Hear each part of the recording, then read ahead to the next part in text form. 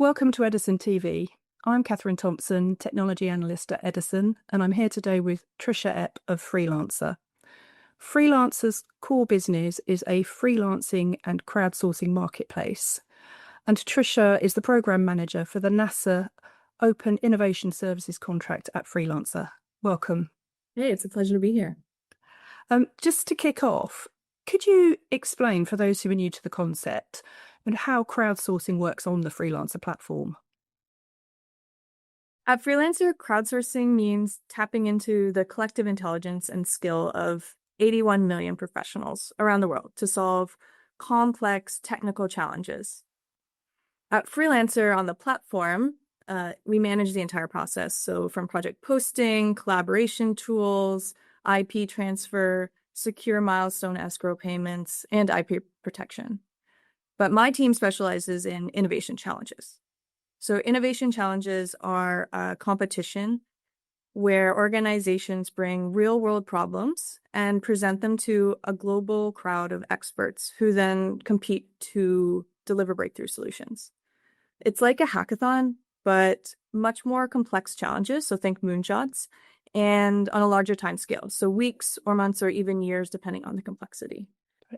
And Freelancer has worked with NASA since, I think, 2015 and has recently been appointed as one of 25 companies that are going to manage the NASA Open Innovation Services third contract, or NOIS 3.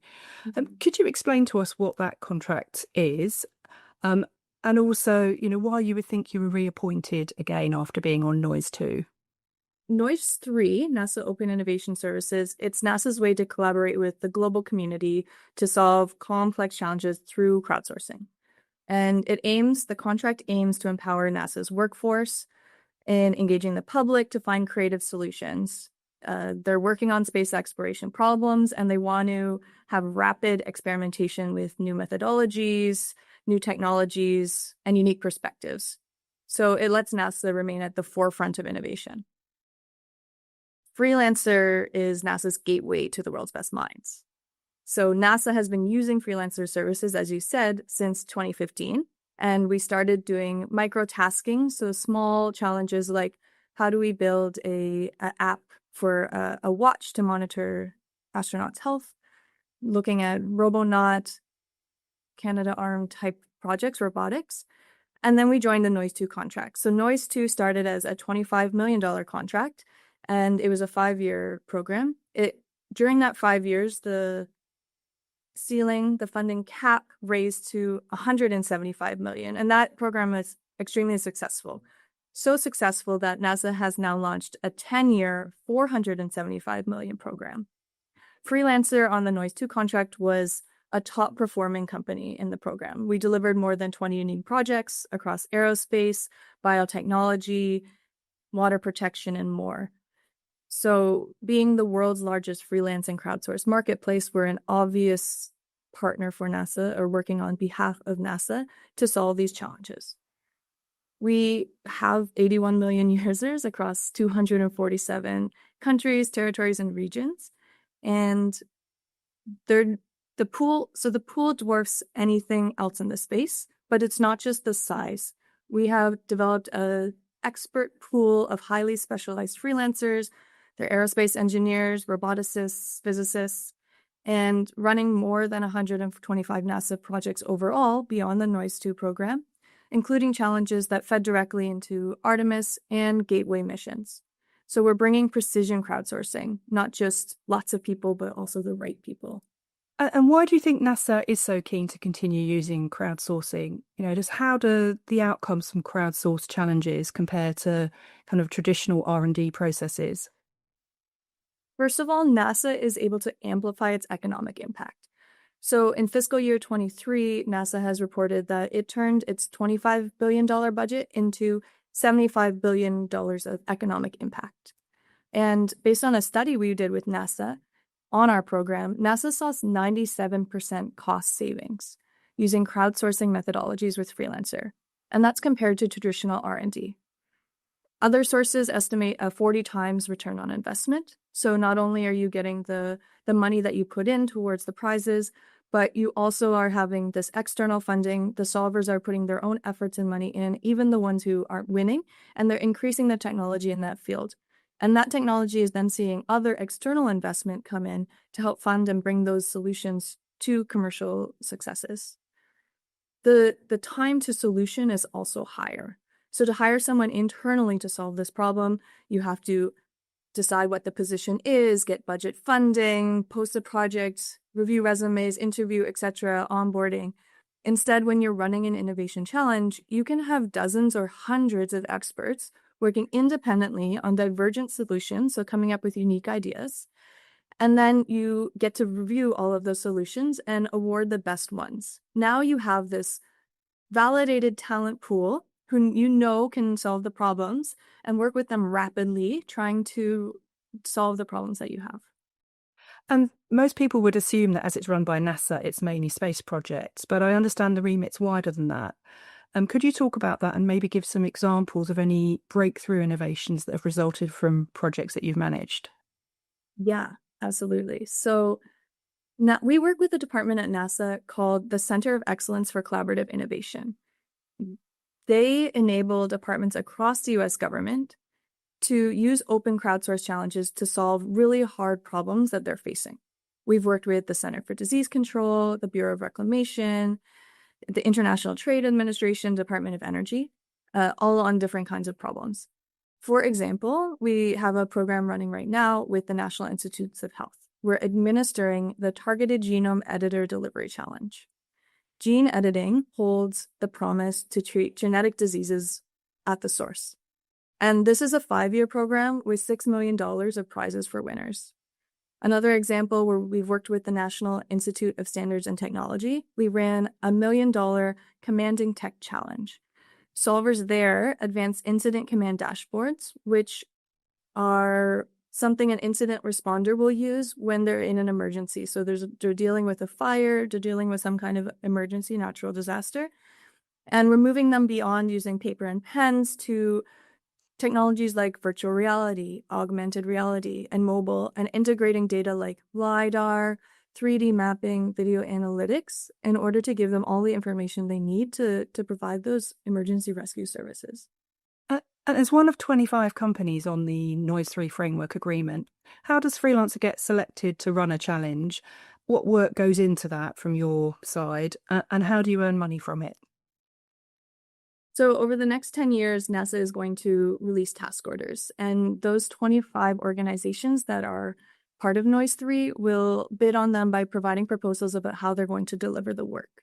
Freelancer plans to be even more active in the bidding rounds than we were in Noise2, and we do hope to see a larger revenue for the company. We have this excellent track record of delivering very highly technical solutions, so we can see that we expect to be successful in Noise3 as well in helping NASA to solve those problems. The way we earn our money is that we provide end-to-end innovation challenge management. So we have a specialized team that helps with problem deconstruction, challenge design, crowd curation, judging, and prize payments to ensure that NASA is supported throughout the process. And we provide platform access to our 81 million registered users. In addition, we provide professional services to ensure that our customers are receiving solutions from the most brilliant people around the world. And in your view, what tends to motivate the participants in these challenges? And who takes part? Are we talking about students, industry professionals, PhD researchers? And have you tracked any notable success stories from either individual or team winners? What I've heard in the industry is the 4Gs. This is what motivates people to participate. The 4Gs are gold, guts, glory, and good. Someone might want to pursue the gold. They're interested in that $1 million prize purse, and they're motivated to win that money. Instead, they might be motivated by guts. They see an interesting robotics challenge, and they want to see if they can make a simulation of a robot on Mars. They're just trying to test their mettle.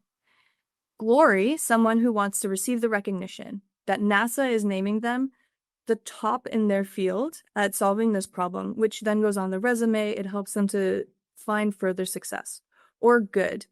you are just inspired to work on these environmental problems and you want to find a better solution, or you want to work in aerospace and you want to see humanity on the next stage going to the stars. Who participates? All kinds of people. Often these are very technical people. So we're talking about professors at top universities, postdocs, researchers, students sometimes, retired aerospace engineers, mathematicians around the world, biotech startups, or industry engineers maybe working at Tesla or IBM or other highly competitive companies. There's a lot of value in cross-industry expertise. So looking at what might be an old problem with a fresh perspective at a different angle. And the results, we've had solutions we've had 20,000 solutions come from 141 countries, and the caliber is really high. So we're talking research labs at MIT, Harvard, or Yale. Those are actually real examples of people that we just awarded a $2.5 million funding round for the Targeted Genome Editing Challenge. Over the last 10 years, we've developed this specialized database of freelancers. So the pool is growing with every challenge. As you asked, what have we seen? Well, some winners who won one challenge participate in the next, and they're seeing success over and over again because they know how to solve these problems and they're able to help NASA reach different solutions with unique perspectives. And finally, have any of these challenges driven any measurable benefits in Freelancer's core marketplace metrics? And have they helped the company access other government or enterprise contracts? The NASA program has been transformational for Freelancer, not just in terms of the individual challenge successes, pushing the boundaries of science and technology, but we're elevating how we're perceived in the world of highly technical work. First, working with NASA validates their platform as a serious player in deep tech innovation. We're not just this freelance marketplace. You can do $100 projects or $10 projects, but you can also do $1 million projects or multi-million-dollar projects on Freelancer and get these verified high-quality results. So we're a strategic R&D partner for the most sophisticated clients in the world. You can have 10,000 people externally on your R&D team on demand. And winning the Noise 3 contract with its $475 million ceiling puts us on the map for other US federal agencies and global institutions to see crowdsourcing as this legitimate, secure, and scalable way to innovate. Secondly, it is helping our internal capabilities. We have built proprietary tools for challenge management and high sensitivity tech talent vetting. And we're able to leverage this for industries like aerospace, energy, and life sciences. We do see inbound interest now from enterprise clients who want to run innovation challenges at the same technical caliber that NASA is using. So strategically, this opens doors to adjacent government frameworks or even civilian infrastructure research and development. It strengthens our enterprise arm of the company. If you are a Fortune 500 CTO trying to solve a moonshot problem, we're now a proven partner with NASA credentials. So in short, NASA Noise 3, NASA Open Innovation Services 3 is a signal that tells the world Freelancer is where serious innovation gets done. Great, that's fascinating stuff. Keen to see what new challenges come from the Noise 3 contract. Thanks so much for spending the time today to explain that. That's great. Thank you. Thanks, Catherine. Have a great day. Thanks.